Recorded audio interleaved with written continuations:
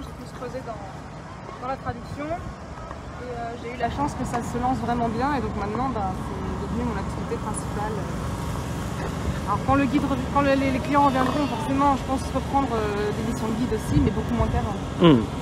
On en est tous là quoi. Après on va se dire à quel point un truc qui peut disparaître du jour au lendemain, on va le reprendre tout de go quand ça va repartir quoi. Il faut au moins la reconnaissance du ventre pour les métiers qui nous ont payés pendant ces temps difficiles. Hein. Bah après, au minimum. Il faut comprendre qu'il y a des gens qui, s'ils ont fait des métiers alimentaires qui leur plaisent pas, juste parce qu'ils ont eu on est bien payés, vous voyez, il faut comprendre que ça... Moi j'adore celui-là parce qu'il est tout torsadé et il a une gueule un peu bonsaï en fait, vu qu'ils lui ont coupé la crête. J'avoue, on s'approche, il est joli. Et je le trouve très sympa. Je l'ai fait de nuit il y a quelques temps. Et le côté torsadé du tronc est quand même assez fantastique. On n'est pas les seuls à qui ça plaît. Hein. Ouais, on a des goûts. Des japonaises là qui étaient... ouais. C'est pour ça qu'il fait des lives insociables.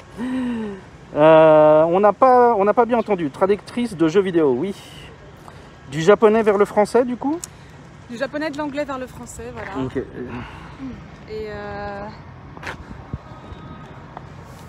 Et moi, j'ai pas commencé comme ça à l'origine, en fait. Hein. Quand je suis arrivée au Japon, j'ai fait la fac. Ouais. Je suis venue au Japon en échange scolaire, donc en UGAP. Mon université m'a envoyée dans une université partenaire et en échange, l'université partenaire envoie des étudiants en France. en France. Et alors, c'est quelle fac française et quelle fac japonaise? Alors, j'ai fait 2 facs françaises.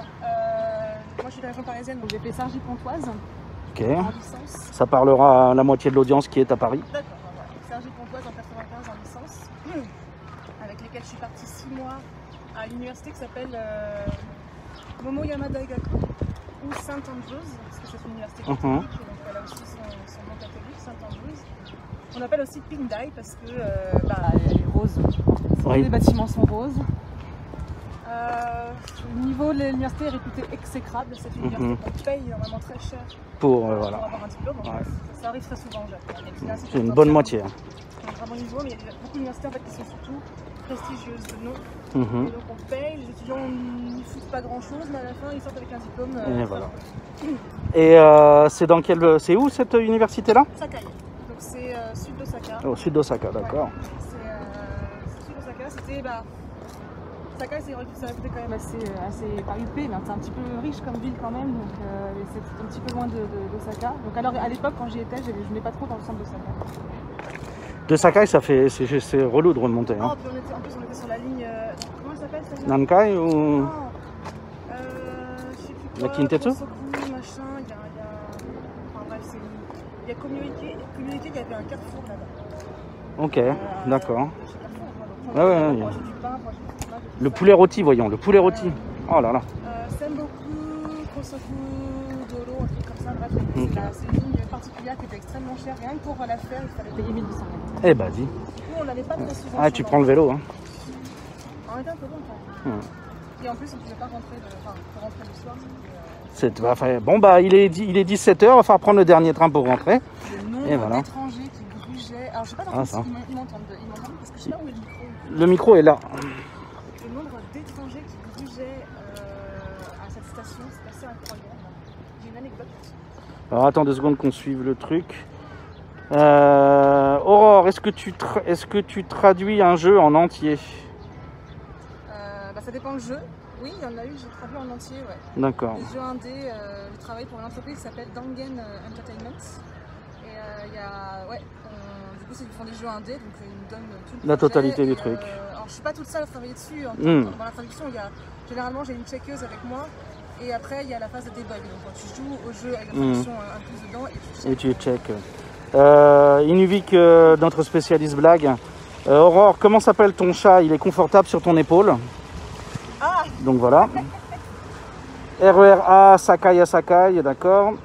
Je vais finir par sortir dehors là et quitter mon ordi quand je vois le soleil dehors. Oh merci Roméo. Tu es encore dans ce pays?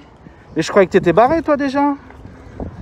Mais vas-y sors, de toute façon tu t'en fous. Viens nous rejoindre. Ouais viens avec nous, là ton boulot de toute façon c'est fini. Tu travailles pour qui maintenant? Les Taïwanais ou les Osakais? Si tu travailles pour les Osakais, viens. Tu sais où nous trouver là, c'est facile. Ah, tonton Cédo, et quand il pleut, ça mouille aussi. Ok. Est-ce que habiter au Japon pendant 10 ans rend raciste contre les Occidentaux? Non, contre les connards. Manque de bol, il y a beaucoup de blancs qui sont des connards. Regarde la pluie, c'est joli. Ah.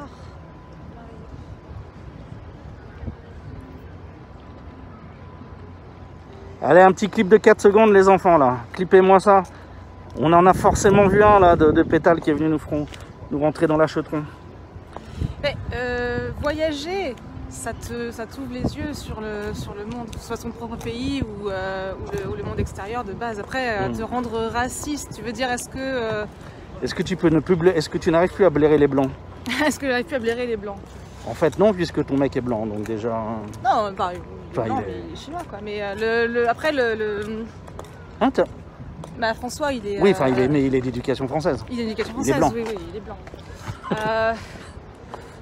C'est pas vivre 10 ans au Japon qui m'a fait réaliser beaucoup de choses sur les blancs. C'est la période avant qui t'a envoyé au Japon. Non, oui, bah déjà il y a aussi le fait que je voulais plus vivre en France, mais pour des raisons qui sont pas forcément liées aux blancs. Hein, lié au Sergio Pontoise.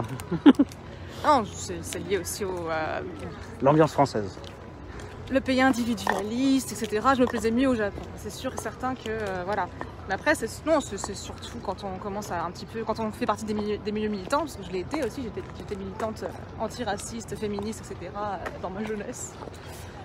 Et ça, quand tu commences à réaliser en fait les enjeux de pouvoir entre les blancs et les autres, des choses comme ça, là tu réalises beaucoup de choses sur la société, oui. Mais non, vivre 10 ans au Japon, ça m'a pas rendu spécialement plus anti-blanc ou quoi que ce soit. Non, on l'était de base en fait. On l'était de base, voilà, on est raciste de base. Voilà, on est... Pour notre défense, on n'est pas que raciste de base d'ailleurs. on n'est pas que plein d'autres trucs de base, mais le racisme, non, il est déjà là. Après, ce qui est sûr et certain, c'est que d'avoir vécu au Japon, en général, quand je vais à l'étranger, notamment en France ou en vacances, je m'y plais en France en vacances. Mais en vacances. En vacances. Voilà. Je suis contente de rentrer au Japon quand même. Après un mois en France, je suis contente de rentrer au Japon. Je suis en mode ok. C'est cool parce que tu sais que tu rentres. C'est cool parce que tu sais que tu t'en vas. Voilà. C'est cool parce que tu sais que tu vas pas rester là toute ta vie. Oh coucou les pirates d'Osaka, coucou. Oh là là, on nous fait du contenu de fou là, regardez, on a des gens qui font coucou, c'est trop fort. Voilà, ils sont sur un bateau. Connu, Guillaume, ouais, hein. Je l'avais pas dit ça. C'est le vieux monsieur qui, lui, le faisait pour rien, qui m'a donné l'idée. De quoi? Il y a le vieux monsieur qui a fait coucou au bateau avant moi. Et je me suis dit, lui, il le fait pour aucune raison, moi j'ai une raison. Donc voilà. Ah bah voilà. Te réveiller aussi, ça t'ouvre les yeux. Ah oui, le niveau des blagues, je m'avais prévenu. Mais... Ah oui. Ah non. C'est intéressant après avoir été militante en France d'aller dans un pays où la situation est quand même plus dégradée pour les femmes et les minorités. Non. Justement, c'est l'envie de combat, c'est le challenge. Et puis on a souvent tendance à dire ça. La situation, elle est pire ailleurs, mais en fait, la situation, elle est désastreuse en France hein, pour les femmes et les minorités. Il ne faut pas se dire que c'est pas nous, c'est chez nous. Hein. Les Français sont hyper sexistes, hyper racistes. Alors les Japonais aussi. Mais moi j'avais souvent tendance à dire que les Japonais étaient très en arrière par rapport à nous, sur ces questions-là, de environ 50 ans. Pas tant, enfin, pas tant. Ouais, en fait, faut arriver à l'analyse profonde pour s'apercevoir que c'est à l'arrivée, le nombre de mecs émasculés et c'est madame qui dirige toute la vie. Il y a un truc en fait au Japon, c'est que nous on a réalisé le problème et maintenant on s'oppose aux réfractaires au changement. En France on n'est pas réfractaire au changement, hein, on n'aime pas la progression. Au Japon, ils n'ont pas encore réalisé le problème. Ils en sont encore. Non, mais c'est pas sexiste. C'est juste que c'est l'ordre des choses. C'est l'ordre des choses en fait. Donc là, on est un petit peu en retard par rapport à ça. Au niveau de la situation, par exemple, le harcèlement de rue. Au Japon, ça met. Sur Osaka, c'est introuvable comparé à Tokyo, par exemple. Ça m'est jamais arrivé, quoi. Et alors peut-être une ou deux fois, il y a eu des mecs qui sont venus me dire si je voulais pas aller boire un thé avec eux. Mais c'est rien. Enfin, surtout, c'est pas insistant. Vraiment, je leur dis non. Après, je suis étrangère aussi. J'ai des expériences différentes des japonaises. Après, ça dépend du quartier aussi. On a des quartiers de lourdeur à Osaka qui sont vachement plus restreints que sur Tokyo, que tout le monde a vu. France, et donc, t'en sors plus vite. Voilà. Ouais. France, tu prends le RERD, le RERA, le RERB, tu vas dans Paris, à Cergy, à Louvre, là où j'habitais, donc dans le nord du 95, c'est exactement la même chose. Voilà. Tandis que ici, tu traînes pas derrière Dotonbori Boli et tu traînes pas dans Kita-Shinchi, on ne fera pas tant chier. Hein. Voilà. Par contre, en effet, les femmes se marient tôt, ont beaucoup de discrimination à l'embauche. À la conservation de l'emploi aussi, en fait. Oui, quand elles sont mariées, elles ont plus d'échappatoire, en fait. Et sans doute que si la situation était mieux, il y aurait plus de divorces. Mais il y en a déjà pas mal quand même. Hein.